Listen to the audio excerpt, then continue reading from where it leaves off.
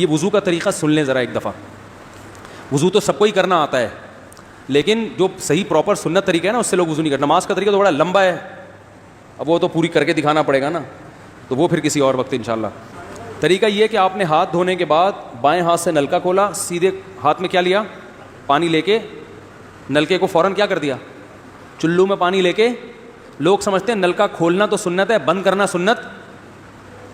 ارے بولو نا یار, نہیں ہے. تو کلی تو سیدھے ہاتھ سے کرنی ہے نا, تو الٹے ہاتھ سے آپ کیا کر دیں گے, نلکا بند. کیونکہ نبی صلی اللہ علیہ وسلم جب لوٹے سے پانی نکالتے تھے تو چلو میں پانی لے کے لوٹے کو سیدھا کر دیتے تھے. یہ نہیں کرتے تھے کہ لوٹے سے لوٹا اسی کیفیت میں اور پانی بہتا چلا جا رہا ہے. تو آپ نے نلکے کو لیفٹ ہاتھ سے کھولا اور چلو میں پانی لیا اور فوراً نلکے کو کیا کر دیا, یہ لیا آپ نے, منہ میں کلی کی, مسواک کی, مسواک نہیں ہے تو انگلی سے دانت صاف کیے, غرارہ بھی کیا اگر روزہ نہیں ہے, ٹھیک ہے. پھر نلکا کھولا, پھر بند کیا, پھر کلی, اس طرح. پھر نلکا کھول کے دائیں ہاتھ میں پانی لیا, ناک میں نرم حصے تک پانی پہنچا کے اچھی طرح ناک کو صاف. اور نلکا پہلے وہ ویسے ہی بند ہو چکا ہے, اب ناک کو اچھی طرح صاف کریں سامنے والے کا خیال کر کے. تو چھوٹی انگلی سے اچھی طرح ناک کو صاف کیا, اس کی رطوبتیں نکالی, ٹھیک ہے. پھر نلکا کھولا, دوبارہ پانی لیا, پھر اسی طرح ناک میں بولو بھائی ڈالا, اور نلکا اسی وقت جب چلو میں پانی بھر گیا نلکا اسی وقت کیا کر دیا. اللہ نے 2 ہاتھ اسی لیے دیے ہیں کہ اس سے نلکا بند کیا جائے اور اس سے کیا کیا جائے, کھولا جائے. تو پھر یوں کیا, پھر 3 دفعہ, 6 چلو پانی خرچ ہوا نا, چلو اس کو کہتے ہیں, 6 چلو پانی خرچ ہو گیا. پھر آپ نے کیا کیا, نلکا کھولا لیفٹ ہاتھ سے. جو اصل طریقہ ہے وہ تو یہ ہے, سیدھے ہاتھ میں پانی لے کے نلکا بند کیا اور سیدھے ہاتھ سے پانی پیشانی پہ ڈال کے دونوں ہاتھوں سے پھیلا لیا. 3 دفعہ اس طرح کیا. تو یہ عمل کتنی دفعہ کیا, نلکا ہر دفعہ میں بند ہو رہا ہے. ہمارے ہاں جس ٹائم پہ نلکا کھلتا ہے تو جب تک وضو مکمل نہیں ہو جاتا بند ہونے کا نام نہیں لیتا.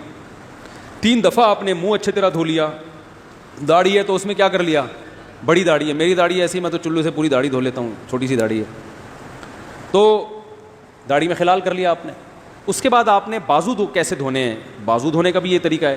لیفٹ ہاتھ سے چلو میں پانی لیا, جب سیدھے ہاتھ میں پانی آئے گا تو یوں کیا. قرآن میں کیا ہے, اپنے ہاتھوں کو کوہنیوں تک دھو. بتایا دھونے کا عمل ہاتھ سے شروع ہوگا, ختم کہاں ہوگا, پانی یوں نہیں بہانا, اس طرح بہانا ہے پانی, یہاں سے یوں جائے. اور اس میں فائدہ یہ ہوتا ہے کہ بالوں کا جو رخ ہے نا نیچے کی طرف ہوتا ہے, جب پانی اپوزٹ سائڈ میں جاتا ہے تو اسکن اچھی طرح گیلی ہو جاتی ہے, سمجھ رہے ہو. تو آپ نے یوں لیا اور ہاتھ سے اچھی طرح ملا. اس کو ملنے پہ زیادہ زور لگانا ہے, ہم پانی پہ زیادہ زور لگا رہے ہوتے ہیں.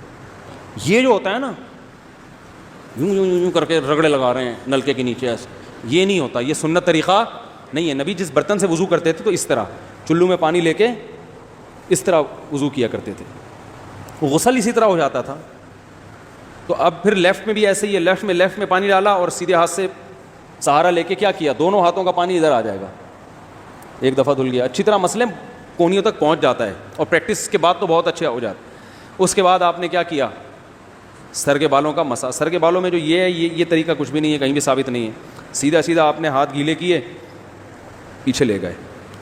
ایک حدیث میں صرف یہاں تک آتا ہے, ایک حدیث میں واپس لانا بھی. تو دونوں طریقے ہیں مسا کے, صرف پیچھے لے جاؤ یا پیچھے لے جا کے پورے سر پہ ایسے ہاتھ پھیر لیا, کیا ہو گیا سر کا مسا.